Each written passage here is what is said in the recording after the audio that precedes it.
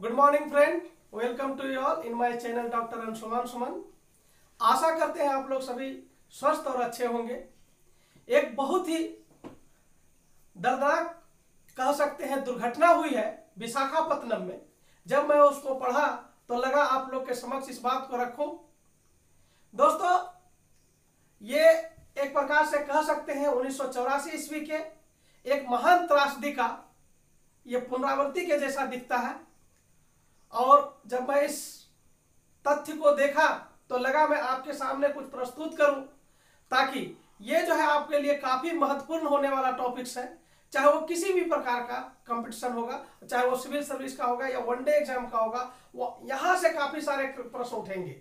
तो इसलिए मुझे लगा कि आप लोग को यह चीज जरूर जानना चाहिए, और इसके लिए मैं कोशिश किया हूँ कि आप लोग इस चीज को जाने और अपडेट रहें।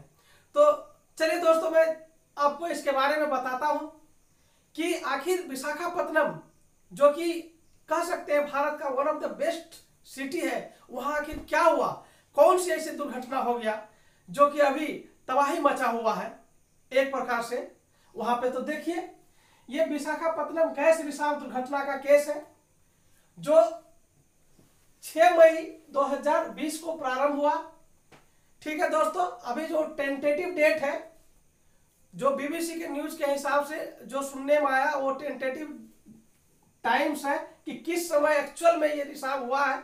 हो सकता है लेटर स्टेज में ये डेट और टाइम भी चेंज हो सकता है, लेकिन अभी तक जब लोगों से जो परिचर्चा करके पूछा गया या लोगों के पास जब ये गैस पहुंचा और उससे जब उसको सांस लेने में तकलीफ हुआ, आंखों में जलन हुआ, उसके बाद ही तो ये बात सामने निकल के आया। इसके पहले तो पता ही नहीं चला, इसीलिए डेट और टाइम में थोड़ा सा रहेगा। लेकिन जो डेटा है आप देखिए, ये हुआ है घटना विशाखापत्तनम में। विशाखापत्तनम आंध्र प्रदेश राज्य की एक बहुत ही महत्वपूर्ण सिटी है, ठीक है, और ये पोर्ट सिटी है। और किस इलाके में हुआ है? गोलपट्टनम का इलाका है। और अगर गांव का नाम पूछे तो उसका गांव का नाम है आरएस वेंकटपुरम। तो दोस्तों, इसमें सबसे इंपॉर्टेंट बात है, 3 चीज याद रखिएगा कि शहर जो है विशाखापट्टनम, इलाका गोलपट्टनम का था, और गांव जो था उसका आरएस वेंकटपुरम था, जहां यह घटना हुआ है। तो सबसे पहले जानेंगे कि गैस रिसाव का जो ये घटना हुआ है वो प्लेस कहाँ है। तो 2-3 पॉइंट अगर सिंथेटिक ढंग से देखिएगा तो बहुत ही मजा आएगा। आज अगर आगे पीछे इधर का डाटा उधर का डाटा से देखेंगे तो कॉम्प्लेक्सिटी बढ़ता है। इसीलिए आपको बहुत आसानी से सबसे पहले हम आपको बताए हैं कि प्लेस, यानी कि ये जो दुर्घटना हुआ उसका प्लेस कहाँ हुआ है। विशाखापत्तनम कौन सा एरिया? गोलपट्टनम का एरिया। गांव कौन सा? आरएस वेंकटपुरम गांव। तो प्लेस क्लियर हो गया। अब देखेंगे कि ये जो था कंपनी, वो कंपनी किस चीज का था, कहां। तो इस कंपनी का नाम है एलजी पॉलीमर इंडस्ट्रीज। दोस्तों ध्यान से सुनिए, इसका नाम है एलजी पॉलीमर इंडस्ट्री। ये क्वेश्चन पूछा जा सकता है कि किस कंपनी या कौन सी कंपनी से ये गैस रिसाव हुआ है। तो आंसर होगा एलजी पॉलीमर इंडस्ट्रीज। अच्छा, यहां से एक और क्वेश्चन आएगा कि एलजी पॉलीमर इंडस्ट्रीज जो अभी वर्तमान में है, इसका स्वामित्व किसके पास है। तो आप जानिए, ये संयंत्र भले भारत के विशाखापत्तनम में अवस्थित है, लेकिन इसकी स्वामित्व जो है, यानी कि ऑनरशिप जो है दक्षिण कोरिया के पास है। ये बहुत ही इंपॉर्टेंट, इसको जरा गौर से इसको याद रखिएगा। तो ऑनरशिप किसके पास है? साउथ कोरिया के पास है। ठीक है दोस्तों, अगर इसका थोड़ा सा और ऐतिहासिक पृष्ठभूमि भी जानने की कोशिश करें कि आखिर ये जो कंपनी था कहां से प्रारंभ हुआ था, तो ये कंपनी सबसे पहले 1961 ईस्वी में 1961 में this company was stabilised 1961 and the name was Hindustan Polymers. इस कंपनी का जो नाम था वो हिंदुस्तान पॉलीमर्स था। और आपको बता दें, इस कंपनी को कालांतर में 78 के आसपास 1978 के पास विजय माल्या का जो कंपनी का ग्रुप था, मैकडोनाल्ड का ग्रुप था, उसमें यह कंपनी मर्ज हो गया था। और 1997 से यही कंपनी यानी एलजी पॉलीमर के रूप में यह अवस्थित था। ठीक है दोस्तों, तो इसका ऐतिहासिक पृष्ठभूमि 1961 से देखिए, इससे विजय माल्या भी जुड़ा हुआ है। ठीक है, इस चीज को ध्यान में रखिएगा। तो अब जो है, अब हम उसका प्लेस को जान गए, कंपनी का ऑनरशिप जान गए, कंपनी का ऐतिहासिक पृष्ठभूमि समझ गए। अब जरा इसको यह समझे कि आखिर यह कौन सा गैस था, कौन सा गैस के कारण ऐसा हुआ है। तो यहां मैं आपको एक प्रश्न पूछना चाहता हूं। दोस्तों, आप लोग जो कोई भी इस वीडियो को देख रहे हैं, हमको बताइएगा कि भोपाल में एक बार गैस त्रासदी हुआ था, उसका समय था 1984। आप लोग को बताना है कमेंट बॉक्स में वो कौन सी गैस के कारण त्रासदी हुआ था और वो बहुत ही भयानक उसका प्रभाव पड़ा था। भोपाल गैस त्रासदी का कमेंट बॉक्स में बताइएगा, ठीक है। और इसका जो गैस है, यही क्वेश्चन बार बार पूछ सकता है, बहुत इंपॉर्टेंट हो सकता है, चाहे लिखने के लिए या तो वनडे में। इस गैस का नाम है स्टायरिन। क्या नाम है दोस्तों? स्टायरिन। स्टायरिन को पीवीसी भी कहते हैं, पॉलीविनाइल क्लोराइड। और उसका जो केमिकल फॉर्मूला है C6H5CH और CH2 डबल बॉन्ड में, ठीक है दोस्तों। तो ये देखिए, पीवीसी याद रखिए और स्टायरिन याद रखिए। अगर दोनों में से कोई एक रहेगा तो आंसर हो जाएगा। तो ध्यान दीजिएगा, अगर पूछा जाए, अगर बोलचाल के भाषा में पीवीसी लोग ज्यादा नहीं बोलते हैं, स्टायरिन गैस बोलते हैं।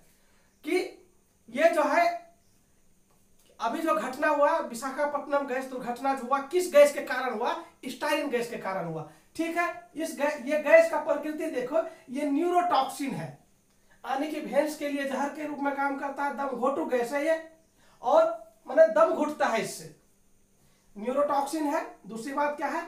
दम घुटता है इस गैस से। और तीसरी बात क्या है? ये कलरलेस है, मतलब इसका कोई कलर नहीं है।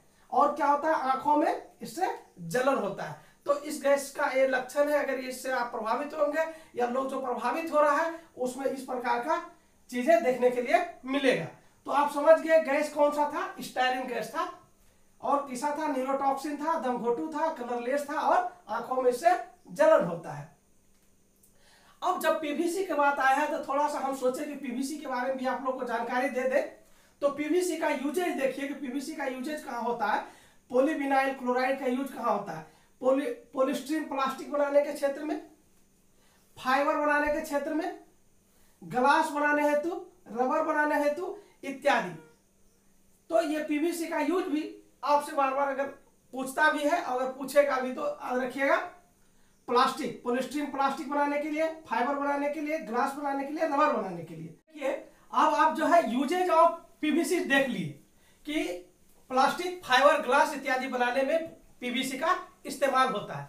तो अब हम ये देखेंगे, जब गैस का फैलाव हो गया है और ये एक प्रकार से कह सकते हैं कि जब मानवीय दुर्घटना हो गया है तो इसके लिए बचाव जरूरी है। तो बचाव के पक्ष को जरा देखेंगे। दो ही बचाव के पक्ष अभी काम में देखने के लिए मिल रहा है। एक तो टीवीसी का छिड़काव हो रहा है और दूसरा ज्यादा पानी पीने के लिए कहा जा रहा है। तो दो बचाव का तरीके क्या हुए? पीवीसी का छिड़काव और जल को ज्यादा से ज्यादा मात्रा में शरीर में लेना, ठीक है। तो ये टीवीसी को क्या बोलते हैं? 4-टेट ब्यूटाइल कैटेकोल बोलते हैं, ठीक है। तो ये याद रखिएगा, इसका फार्मूला है C10H14O2। इसका भी फार्मूला है, इसका भी फार्मूला है केमिकल, देख लीजिएगा अच्छा से। ये काफी सारे मतलब अभी खास करके ये बहुत ही इंपॉर्टेंट होने वाला है आप लोग के लिए, चाहे कोई भी एग्जाम आने वाला हो उसके लिए बहुत ही इंपॉर्टेंट चैप्टर होने वाला है, ठीक है। तो दोस्तों, अभी बता दें, जब आंध्र प्रदेश की बात हो रहा है तो वहां का जो सीएम है जगनमोहन रेड्डी है, और मृतकों के लिए वो 1-1 करोड़ रुपया देने की घोषणा कर दिया है। हालांकि भारत के माननीय प्रधानमंत्री नरेंद्र मोदी ने भी इसको ज्यादा से ज्यादा सहायता देने की वादा किया है कि किसी प्रकार समस्या से निपटने के लिए केंद्र सरकार उसके साथ रहेगा। और हम लोग सभी बस यही दुआ करते हैं कि जितना जल्दी इस मानवीय दुर्घटना का निजात हो, ठीक है दोस्तों। तो हम आशा करते हैं कि आप लोग बहुत अच्छे से इसको सीखे होंगे और परीक्षा उपयोगी काम में इसको लेके आएंगे। वीडियो अच्छा लगता है तो आप लोग सब्सक्राइब कीजिए, शेयर कीजिए। Thank you very much.